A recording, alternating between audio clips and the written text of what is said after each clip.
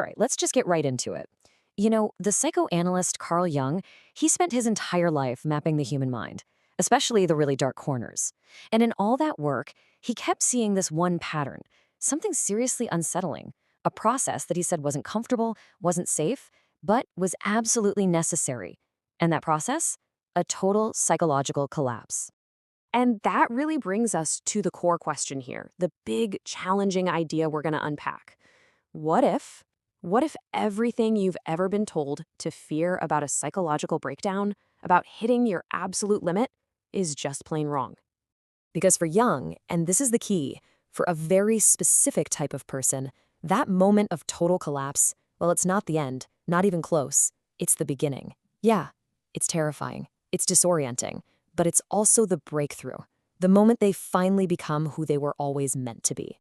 So you got to be asking, who are these people? Well, what Jung found was pretty counterintuitive. The ones who experienced this total collapse, they weren't the weakest people in the room.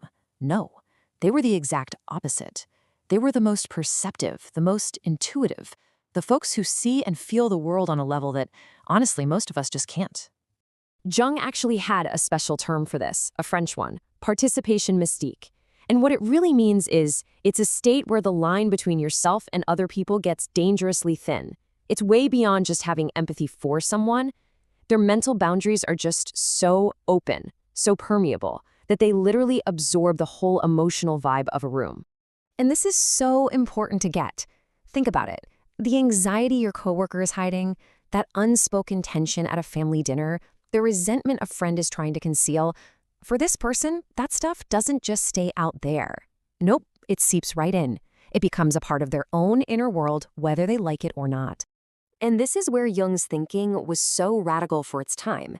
He looked at this intense sensitivity and didn't see a flaw, didn't see something that needed to be fixed. He saw it as a sign of incredible psychological depth. But, and this is a big but, it's a depth that, if you don't learn how to deal with it, will eventually absolutely demand to be reckoned with. This whole process, it's not even conscious. It's like they're running this background program, just silently gathering data. They're mapping every little lie, every contradiction, every hidden motive in the people around them. And let's be clear, this isn't some strategy to get ahead. It's a pure survival mechanism, something they developed probably as a kid to navigate a world that felt unpredictable and maybe a little unsafe. So you can imagine, right? This constant, silent accumulation of truth, it can't go on forever. It builds and builds until it hits a breaking point. And the trigger? It's almost always the same thing. It happens when that person's clarity, their ability to see the truth, suddenly becomes a threat to the people around them who would much rather live in denial. The way to think about this is so powerful. The perceptive person becomes a kind of human mirror. Just by being there, they reflect all the unspoken truths, the stuff nobody in the family or the friend group wants to admit. And when people are forced to look at their own reflection, their own shadow, well, they've got two choices, right? They can either own what they see or they can try to shatter the mirror. And what Jung saw over and over again is that most people, they attack the mirror. And that attack, it usually looks like classic scapegoating. Here's how it plays out. First, the group takes all its own junk, the stuff they can't stand about themselves, and they project it onto this one person. Then they start to believe their own lie, and they get other people to believe it too. And just like that, they systematically push out the one person who saw too much. All of it, just so they don't have to face themselves. But the thing that finally tips them over the edge, it's not even the scapegoating, it's the betrayal. And not some minor thing. We're talking about a profound, soul-crushing betrayal, almost always from someone they trusted with their whole heart. It's that moment, that one shattering moment that makes it impossible to pretend anymore. That internal archive of truth they've been keeping, it just can't be ignored a second longer. And that brings us to the collapse itself. But I want you to get the Hollywood version out of your head. This isn't some screaming, chaotic meltdown. It's something way stranger and honestly way more powerful. What's actually happening is the dissolution of their persona.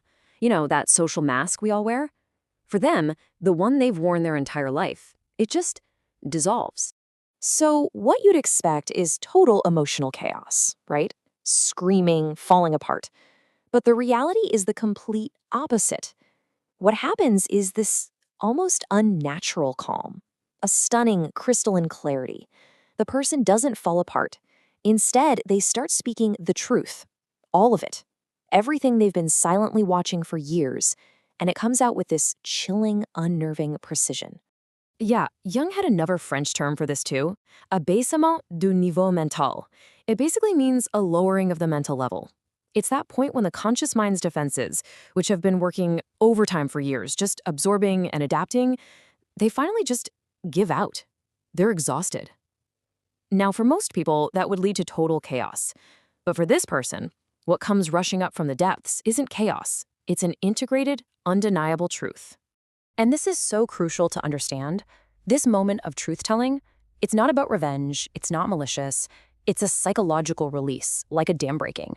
The system just can't hold the pressure of all that suppressed truth anymore. The persona they've been playing, the peacemaker, the absorber, the good one, it just dissolves. And for the first time, what's left is just the authentic self. Okay, so what happens next? What does life even look like when the mask you thought was your actual face has just disintegrated? Well, this is where the real breakthrough begins. This is where we see the emergence of a whole, truly integrated person. And one of the biggest signs of this change is the shift from having walls to having boundaries. Think about it. Walls are built from trauma. Their job is to keep everything out, which just leads to loneliness and isolation. But conscious boundaries? Those are built from integration. They're not a wall, they're more like a front door with a doorbell. You are in control. You get to decide who and what to let in, and you're making that choice from a place of clarity, not a place of fear. And the results in their actual life? They're profound. These people become almost impossible to manipulate. They can spot a dysfunctional dynamic from a mile away, and they don't stick around. They leave, cleanly and clearly. That shadow side, that ability to see the hard truths, it's not a burden anymore. It's a tool. And with that tool, they finally get to rebuild a life that is 100% authentically their own. But let's be real, Jung was not some wide-eyed idealist. He knew this whole process was loaded with its own set of dangers. The journey doesn't just stop at the breakthrough. In a lot of ways, that's just a starting line for a much deeper, much more conscious kind of work.